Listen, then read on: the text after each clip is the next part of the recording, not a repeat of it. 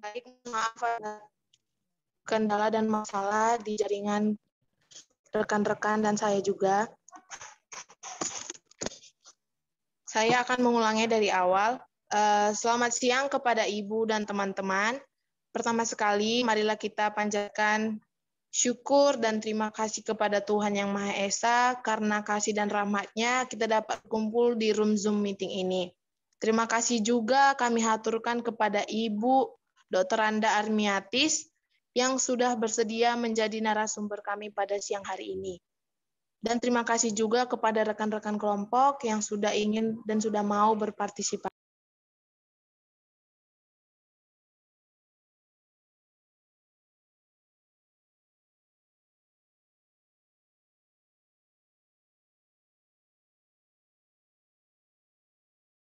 Adapun maksud dan tujuan kami menghadirkan Ibu pada room Zoom ini adalah untuk wawancara mengenai analisis permasalahan belajar siswa pada masa pandemi di SMP Negeri 39 Medan. Dan wawancara ini juga salah satu bentuk pemenuhan tugas KKNI, yaitu proyek mata kuliah psikologi pendidikan. Sebelum memulai wawancara ini, izinkanlah saya memperkenalkan diri dan rekan-rekan kelompok saya. Yang pertama, ada Alia Fadila, ada Feby Sembiring, Hana Sepania, dan saya sendiri, Angelika Neibaho. Kami adalah mahasiswi dari Universitas Negeri Medan, Fakultas MIPA, jurusan Matematika, Program Studi Pendidikan Matematika, kelas PSPMB 2021. Tanpa mengulur waktu, pertanyaan pertama akan diajukan oleh rekan saya, Feby Sembiring. Kepada Feby, saya persilahkan. Baik, terima kasih moderator untuk kesempatannya. Di sini saya Feby Gabriela Sembiring. Saya ingin mengajukan pertanyaan kepada Ibu Dr. Randa Armiatis sebagai guru BK. Jadi pertanyaan saya, sebagai guru bimbingan konseling, apa sajakah kendala yang mungkin Ibu alami dalam menjalankan peranan Ibu sebagai konselor di sekolah pada saat situasi pandemi ini? Dan bagaimana cara Ibu mengatasi masalah tersebut? Terima kasih. Baiklah, kendala-kendala yang saya hadapi sebagai guru BK atau konselor di sekolah pada waktu pandemi itu banyak sekali, terutama di mana ada siswa-siswa tersebut yang tidak membuat tugas-tugas yang diberikan oleh guru mata pelajarannya. Yang kedua, kendala yang saya hadapi adalah pada waktu bertemu dengan guru, pertemuan pada saat sekarang ini akibat pandemi itu sehingga tingkah laku atau etika dari siswa-siswa tersebut jauh berkurang dari biasanya. Itu yang paling apa yang kami hadapi, yang paling banyak. Kemudian untuk mengatasinya, yang tidak membuat tugas-tugas itu, pertama kami kan ada kelompok BK, misalnya kelompok BK kelas 9C misalnya, ya kan? Nah, di dalam kelompok itu, di dalam grup WA itu saya memberikan bimbingan, arahan-arahan kepada yang tidak membuat tugas-tugas tersebut. Apabila sekali dua kali saya berikan arahan enggak juga, kemudian saya panggil orang tuanya bersama anaknya ke sekolah, karena kami kan waktu pandemi kami tetap ke sekolah, guru-guru, siswanya aja yang tidak sekolah. Kalau kami piket bergantian dulu. Jadi saya panggil orang tuanya ke sekolah, kemudian juga anaknya diberikanlah bimbingan, arahan supaya anak tersebut membuat tugas-tugas yang diberikan oleh guru-guru mata pelajarannya. Nah, kalau enggak juga tugas-tugas itu kami berikan tugas-tugas itu, kalau enggak datang dia, saya guru BK bersama wali kelas bekerja sama itu mengantarkan ke rumah siswa tersebut tugas-tugas tersebut. Dan sekalian kalau misalnya ada siswa-siswa yang kurang etika, kemudian tingkah lakunya yang berbeda dari biasanya, itu diberikanlah arahan atau bimbingan binaan kepada siswa tersebut. Itu.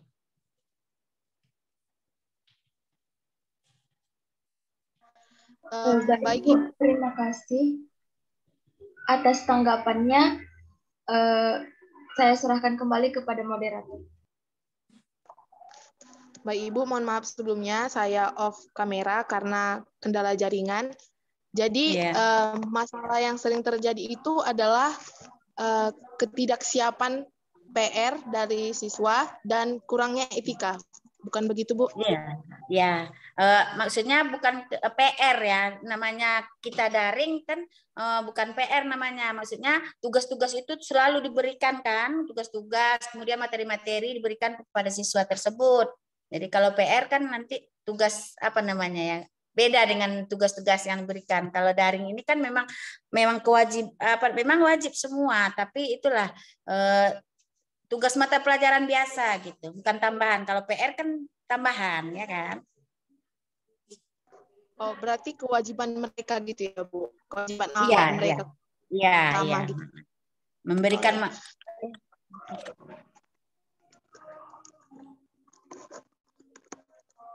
Oke, baik Bu. Dan Ibu juga punya cara-cara dalam mengatasi kekurangan atau masalah dalam pembelajaran daring tersebut ya, Bu. Baik. Pertanyaan selanjutnya akan diajukan oleh rekan saya, Hana Stefania. Kepada Hana, saya persilahkan. Baik, terima kasih moderator. Untuk Ibu, saya ingin bertanya, apakah saat pandemi yang lalu itu ada anak yang bermasalah seperti dia itu tidak mengikuti kelas, sehingga dia dipanggil BK, Bu? Kalau ada masalahnya itu seperti apa dan cara Ibu menyelesaikan masalah anak tersebut bagaimana?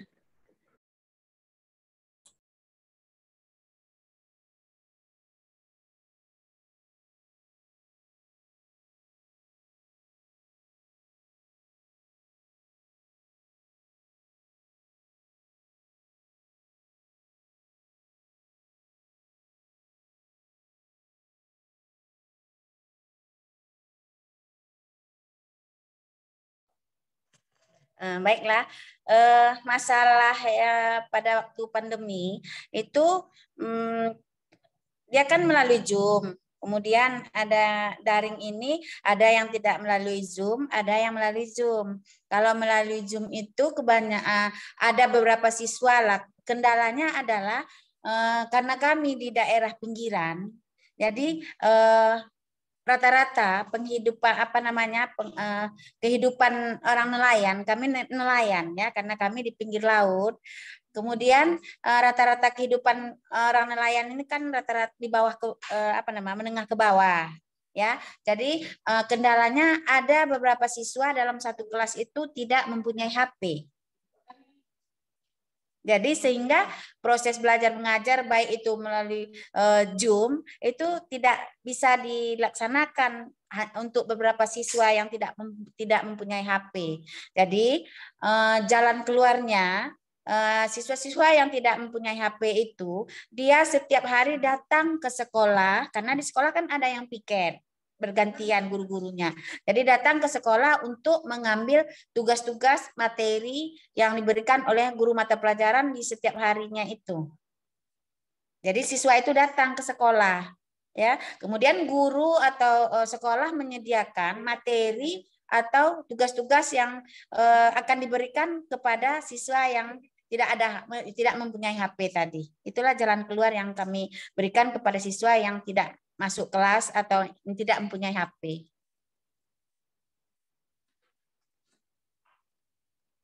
Baik Bu, terima kasih atas tanggapan Ibu. Saya kembalikan kepada moderator.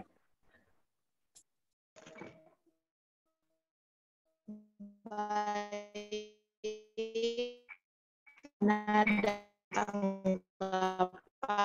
Pertanyaan akan diajukan apabila kepada rekan.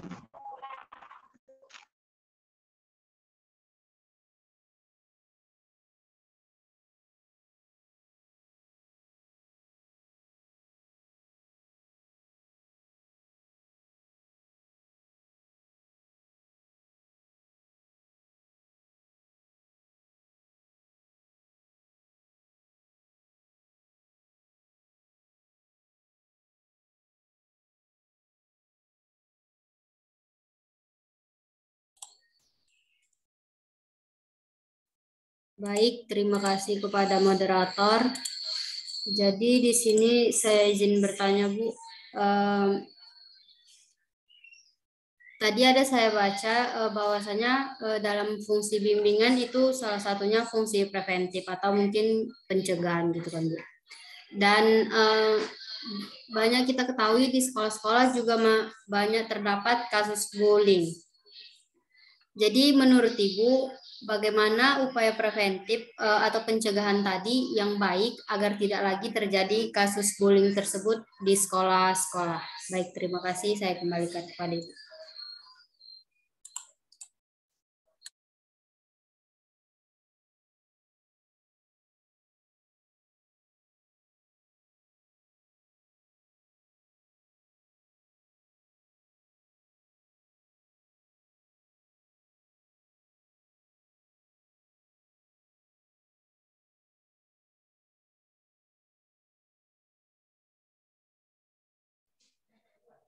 Baiklah, kasus bullying itu pernah atau sering terjadi di sekolah-sekolah.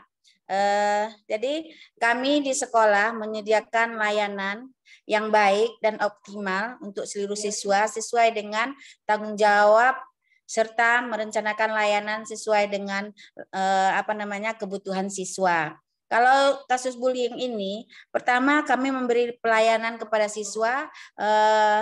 Yang pertama, kami sebagai guru BK atau konselor itu pertama masuk ke kelas-kelas memberikan informasi atau memberikan layanan informasi seperti bagaimana bullying itu, apa yang maksud dengan bullying itu, kemudian bagaimana kalau seorang siswa itu dibully oleh kawan-kawannya, itu kami berikan informasi, kami berikan arahan ke kelas-kelas. Ya, khusus guru BK kelas 7, kelas 8 dan kelas 9. Itu di kelas kami berikan layanan-layanan seperti hal tersebut.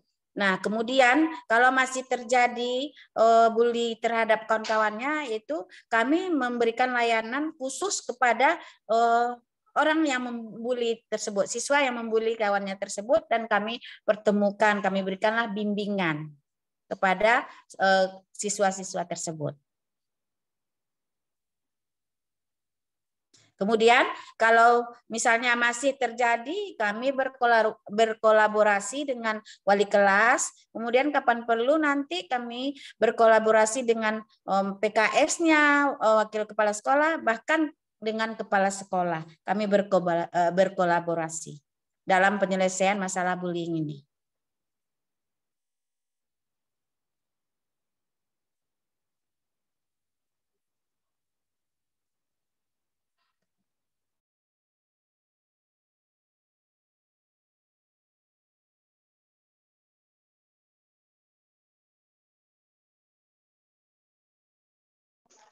Baik Bu, terima kasih atas tanggapan Ibu.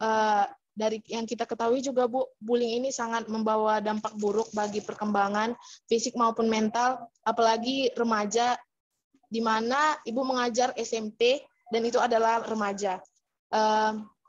Jadi kami sangat mengharapkan informasi juga dari Ibu. Terima kasih juga sudah menambahkan wawasan kepada kami. Baik, pertanyaan selanjutnya akan diajukan oleh saya sendiri. Di mana pertanyaannya adalah, adakah dampak psikologis pada pembelajaran daring di masa pandemi COVID-19 terhadap siswa? Jika ada, apakah dampak yang terjadi dan bagaimana Ibu sebagai guru bimbingan dan konseling menanggapi dampak tersebut, Bu? Terima kasih, Bu. Terima kasih. Kalau dampak dampak dari belajar daring ini, dampak negatifnya banyak. Di antaranya yang pertama itu anak atau siswa banyak yang malas. Malas belajar, malas membuat tugas-tugas. Itu yang pertama. Kemudian yang kedua adalah siswa tersebut malas datang ke sekolah setelah ini kan kami sudah tatap muka. Jadi sudah malas siswa ini datang ke sekolah. Itu apa namanya permasalahan yang kedua. Nah, untuk mengatasi masalah tersebut, yang pertama tadi, yang malas membuat tugas tadi, setelah kami tatap muka ini, itu kami tuntut tugas-tugas tersebut atau guru mata pelajaran menuntut tugas-tugas itu. Jadi kalau sebagai guru BK, kami guru BK itu memberikan apa namanya? Membimbing anak-anak itu, membina anak-anak itu supaya dia bisa mengerjakan tugas-tugas tersebut, membangkitkan kembali semangat belajarnya, membangkitkan kembali semangat belajarnya. Yang kedua, yang akibatnya setelah apa namanya ini tatap muka ini, anak-anak kan malas datang ke sekolah. Nah, itu guru BK tugasnya memanggil anak tersebut, memanggil dengan melalui surat, memanggil orang tuanya dengan pemanggilan menggunakan surat panggilan. Kalau enggak juga guru BK datang berkunjung ke rumah siswanya, menyatakan bahwa sekarang sudah belajar tatap muka. Jadi siswa itu harus hadir ke sekolah. Itu aja usahanya itu. Kalau enggak melalui surat pemanggilan ya kami kunjungan ke rumah, memberikan apa namanya, memberikan semangat, membangkitkan semangat siswa tersebut lagi untuk belajar. Baik Bu, berarti permasalahan atau dampak psikologis terhadap siswa pada masa pembelajaran daring itu adalah malas belajar ataupun malas datang ke sekolah setelah tatap muka ini. Dan hal-hal atau usaha-usaha yang Ibu sudah lakukan adalah membangkitkan semangat belajar para siswa dan murid yang Ibu bimbing, yang Ibu ajarkan, dan memanggil orang tua ke sekolah jika anak murid tersebut malas datang ke sekolah. Baik Bu, itu adalah pertanyaan terakhir. Berarti wawancara ini sudah selesai. Kami ucapkan banyak terima kasih kepada Ibu yang sudah mau dan bersedia membantu kami. Dan semoga Ibu sehat selalu, dilancarkan segala rencana dan usahanya. Terima kasih, Bu.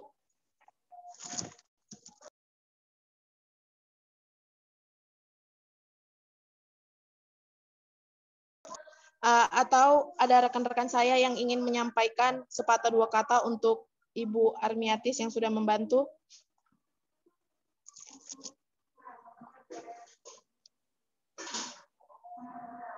Izin moderator, mungkin kalau sepatah dua patah kata, kami mengucapkan banyak terima kasih karena Ibu sudah mau meluangkan waktu untuk membantu kami dalam mengerjakan tugas kami, tugas proyek KKN Psikologi Pendidikan.